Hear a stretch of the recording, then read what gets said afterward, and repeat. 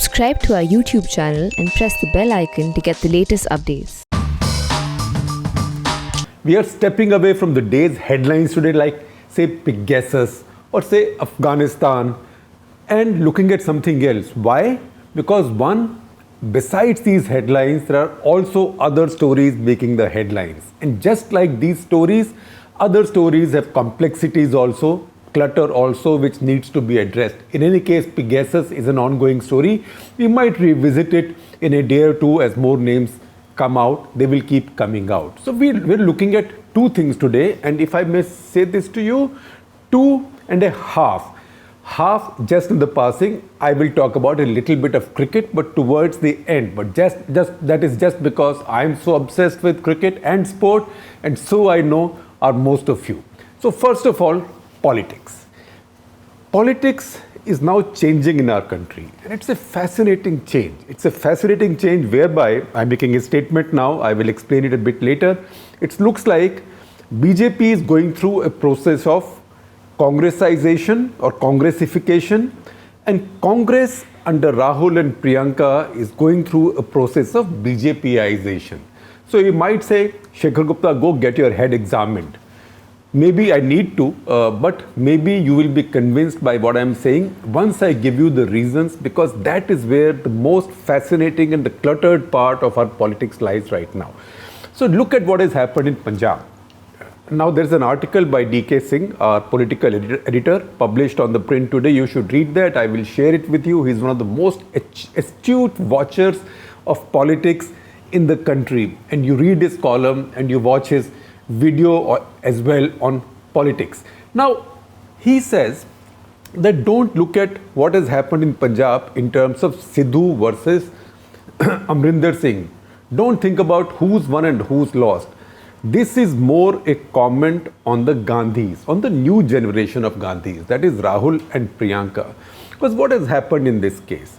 You see a clear departure from Sonia Gandhi's method. Sonia Gandhi was always conciliatory whenever she had these troubles in the region, and usually, more often than not, she leaned towards the tried and tested, the familiar figure, the older person.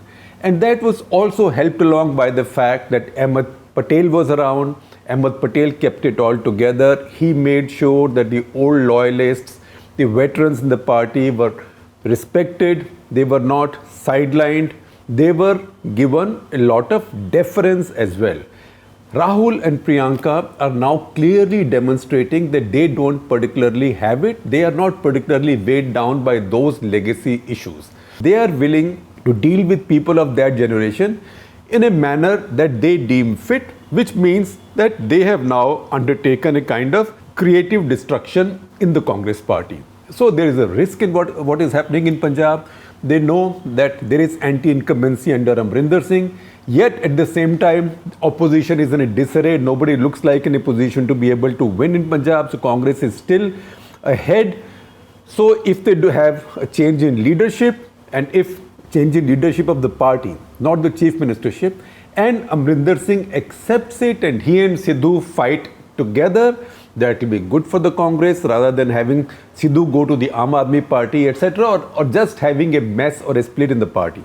If Amrinder Singh, on the other hand, does not accept it, he splits the party, he goes away with his own people, then there will be a risk that Congress may lose a state that they were more than likely to win. Now that is a risk that Rahul and Priyanka are now willing to take, because they want a generational shift in the party.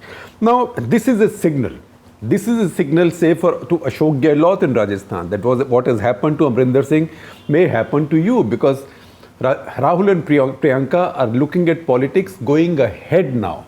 So Ashok Gehlot, at some point, he might have to yield to Sachin Pilot, because that also seems to have been a commitment that Rahul and Priyanka made to him when he was rebelling the last time. Now, important thing is that people who are giving these favors to are also people who are not nobodies, who also have a following, who can win their elections.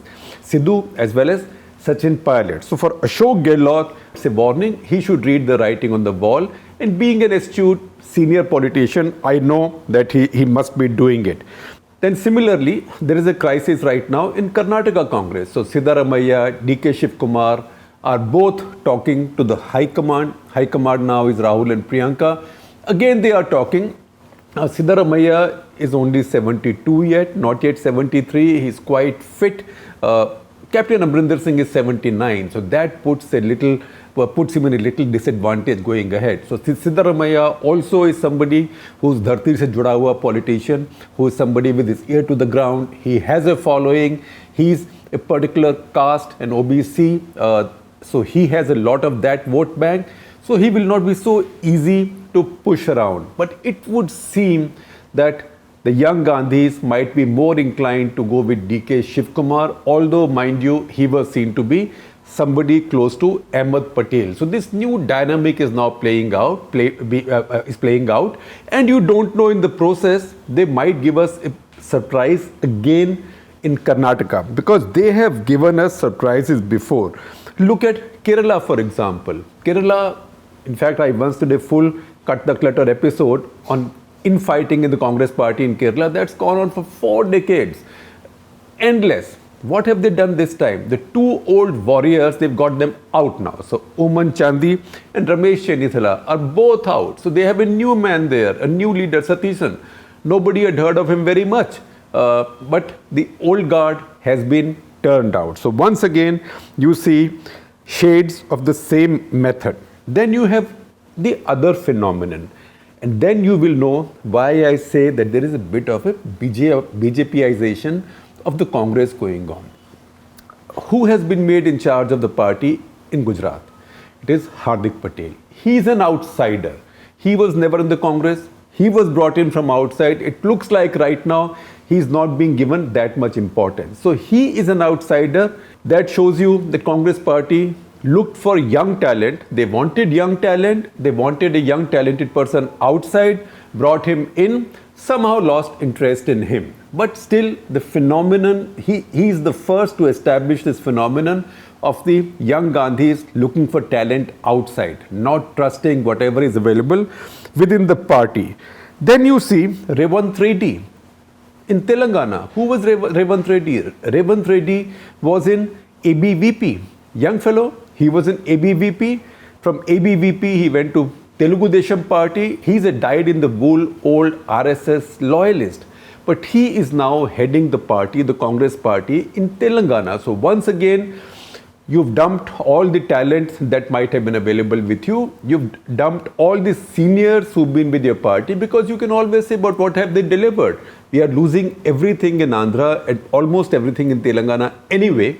So let's try out a new one. So Revanth Reddy, trained by ABVP, which effectively means trained by BJP, is now heading the Congress in Telangana. In fact, you should see the interview that my colleague Rishika Sadam did with him in Hyderabad. I will share the link with you, where he says politics now is like a T20. You have to hit out or get out. So that is the new attitude of politics, and looks like the young Gandhis are impressed by that attitude.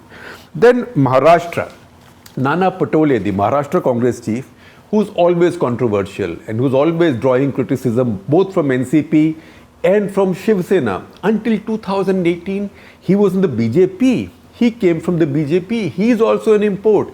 And Maharashtra is a state where Congress has so many tall leaders, but they've all been ignored, and this outsider has been brought in, and he's been made the party chief once again with BJP training. So what did I say? BJPization of the Congress party. Now you still have doubts. Where was Navjot Singh Sidhu? He joined the Congress party only in 2017 when he was a Rajya Sabha member for the BJP.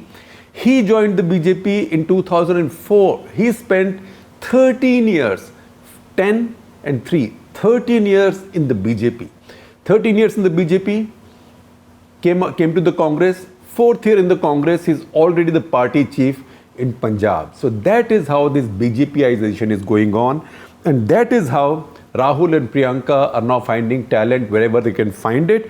That's why people like Ghulam Nabi Azad, Digvijay Singh, Kapil Sibal, they've all been sidelined. It's a big difference from the past. In the past, when Congress got people from outside like Narayan Rane, it did not make them chief ministers or party chiefs, etc., made them ministers and this and that, never rewarded them too much. But now this is a shift. The other way in which I said BJP is getting Congressized, that is because BJP is now acquiring the high command culture, which means chief ministers are less and less powerful, less and less important. They are being appointed from Delhi, they are being supervised from Delhi. They are also, when they don't listen, they are also being pushed around, something that Yediyurappa is feeling right now. So BJP, on the other hand, has now become a high command run party. That's the reason we say that the big political trend right now in our politics is this sort of generational shift in the Congress, which is accompanied by a kind of BJPization, because they are drawing young talent from the BJP, not trusting their own. We don't know what will happen in Haryana right now, because it's quite likely that the Gandhis may also be getting impatient with the Hudas there. And similarly, the BJP, which earlier used to take pride in having strong chief ministers, not having a very strong high command that controlled everything, is moving in that direction. That was the hallmark of the Congress party. And we haven't talked about the coronavirus situation for some time, so I think it's important now that we revisit it. I hope all of you are vaccinated at least once. If you aren't, please go get it done. Get yourself vaccinated and keep those masks on. Because even with the news that I tell you today, which is not such bad news, don't get overconfident. The news today is the new Sero survey. This is the 4th Sero survey conducted by the Indian Council of Medical Research. What is a Sero survey? Sero survey is like an opinion poll. It's like the Pew survey that we talked about the other day on religiosity in India. It takes a small sample, not millions and crores, and that is no survey.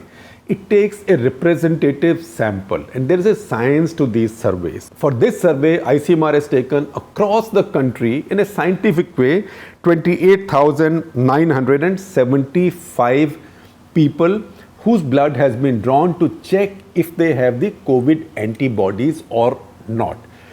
Now, they could have COVID antibodies because they got vaccinated, or they could have antibodies because they had COVID. In fact, the ICMR has also made a separate category of those who are vaccinated and those who are not vaccinated. That's why the results that come out become even more important. Similarly, they have a separate category of 7,252 healthcare workers. You will see some of this data and some of these charts running on the screen as I talk. Now, what is the standout finding, the headline finding? The headline finding is that 67% of 6%, that is 68% of Indians are now positive for COVID antibodies, which means 68% Indians have either had the disease or because of their vaccination, they have these antibodies. Once again, among the unvaccinated, the percentage is 62%. Overall, the percentage is 68%. But importantly, don't get mistaken into thinking, oh, that means vaccinated are only 68% and unvaccinated 62%. So what's the benefit? That's the reason I always say figures, data, be very careful. Don't mix percentages with absolutes. So what is 68% of the total population, that is vaccinated plus unvaccinated, is 62% for the unvaccinated. It's actually 90%, 89.8 or 89.9%, 90% for those who've had 2 shots of the vaccine. For heaven's sake, if there is still any vaccine skepticism left, forget it, go get yourselves vaccinated. Why do I say that we should not get complacent? You might think that if 68% Indians have these antibodies, that means nearly 90 crore Indians have had either COVID or they've had the vaccine. So we are all safe, let's all go out in public. But remember, India is a large population. So as ICMR also pointed out, that even if 90 crore people have had COVID antibodies, it still means that another 45 crore or so, or maybe 48 crore or so are still susceptible. That's a lot of people. That is 8 to 9 times the population of Britain. That is more than 1.5 times the population of all of America. So it is still a lot of people, and it's important that they are protected. So as vaccinations go up, the numbers go up, and I'm glad that over the past 2-3 days we saw a good Saturday, an excellent Monday. I hope today is good. Sunday wasn't so good. I wish we would start doing better on Sundays also. But we've seen that since the new minister has come in, there is an uptick in the vaccine numbers. So wait for that to happen. Maybe another 2 months, when maybe another 30 crore Indians or 25 crore Indians have at least one shot in their arms, then India would be closer to true herd immunity. So once again, you are very close to success. You are not successful yet. You watch it carefully.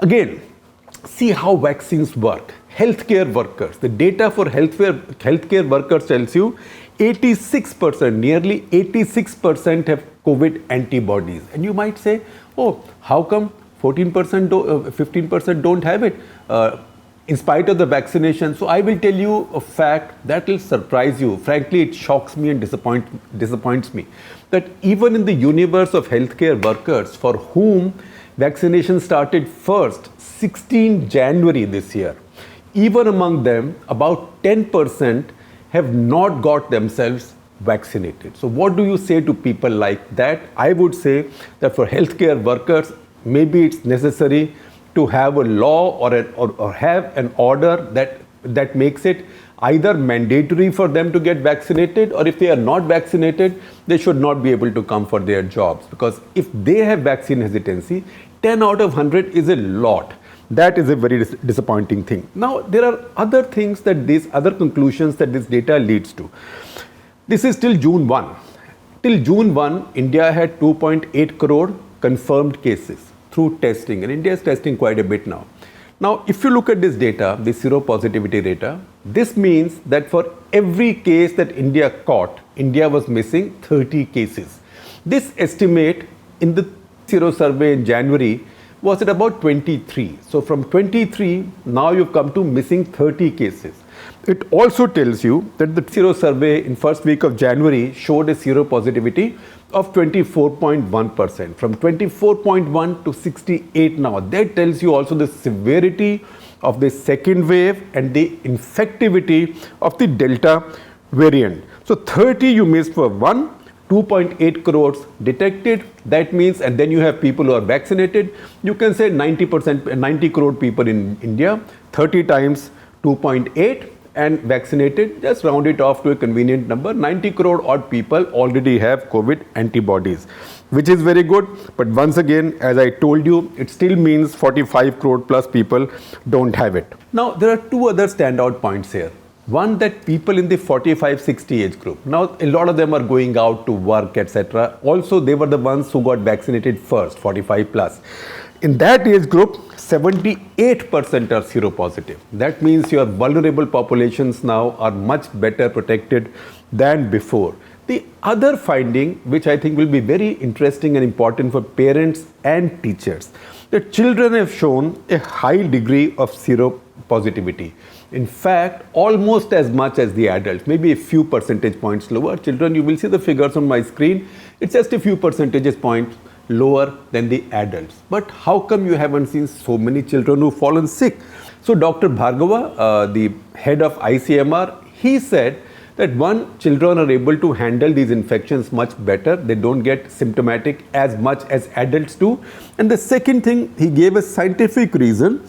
He says that children also get less sick by this virus because as children are growing up in a young age, their lungs, their bodies have much fewer, their cells have much fewer ACE2 receptors. You know that coronavirus, its spikes need that ACE receptor to latch onto. So children have much fewer of those receptors. As you grow older, those receptors come in. So the logic is, the question is, should you open schools first? So the experts' logic is that yes, you should open, when you open schools, open primary schools first because younger children are safer. And second, at the same time, you cannot think of opening any school unless all the teachers and all the support staff are fully vaccinated. So that is where we stand. I would say this is reassuring news, reassuring at great cost that second wave has actually washed through a lot of our population. And we are standing at 68%, but this is not good enough because 68% leaves 48 crore Indians still vulnerable. Remember, 48% is more than 8 times of UK's population. So once again, take a deep breath, keep that mask on, and when you get a vaccine, whenever it's available, go get it, look for it. It is the most important thing that will save your life and maybe your neighbors, your family members, a lot of fellow Indians, because one vaccinated person saves, protects everybody else he or she comes in contact with. Having said that, I promised you I'll make a mention of cricket, so just very briefly. I know that we are very distracted these days, and we know that Indian team is in England, and somebody comes up with COVID, somebody is seen at some football match. Behind all that, you have a unique and unprecedented phenomenon going on. You have two Indian teams playing. A second Indian team is playing an ODI series in Sri Lanka. And for a moment, I thought this was like the old India Blues or India A, and these were unofficial ODIs. These are not unofficial ODIs. This is an official ODI series. So India today, first of all, has the depth of talent. So this deserves a little applause because whatever BCCI has done, they've done a brilliant job. India has enough talent to field two national teams. One playing Test cricket in England and one playing ODIs in Sri Lanka. They've won the first test, but if you see the players in that team, almost anybody could be playing in the first Indian 11 also. That gives you the depth of talent. And the good thing is that this team is being managed and coached by Rahul Dravid, probably the most reassuring presence around younger talent in the country. Having said that, think of the weaknesses in the national overall Indian team, and some of that came out in the World Test Championship final. One is the lack of a fast bowling all-rounder. A fast bowling all-rounder does not have to be Ben Stokes, but somebody who can bowl as a fifth bowler usefully, maybe in an innings where 100 overs are bowled, bowl 15-20 overs and take the load off others, so the main strike bowlers remain fresh. That India did not have in the WTC final. And second, bat effectively and bat usefully, not at number 1, 2, 3, not like Ben Stokes.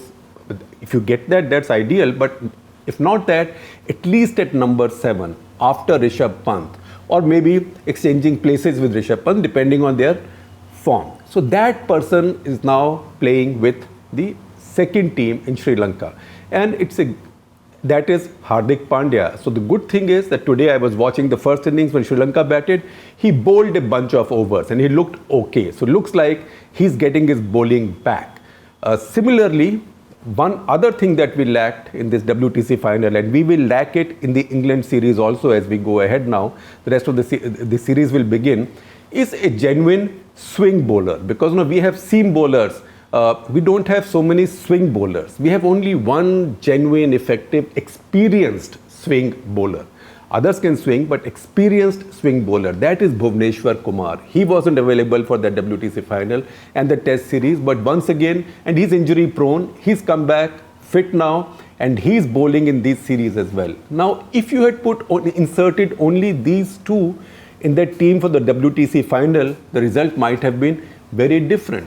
So those are the areas that are lacking in Indian cricket. The good thing is that all this talent is now playing out. There is also competition for position 5 and 6 in the Indian ODI team. And there is nothing better to nurture more talent, to build more talent than competition. So India's team 1, I'm just numbering them because I'm not ranking them. Number 1 now has competition from number 2. And that is a wonderful thing.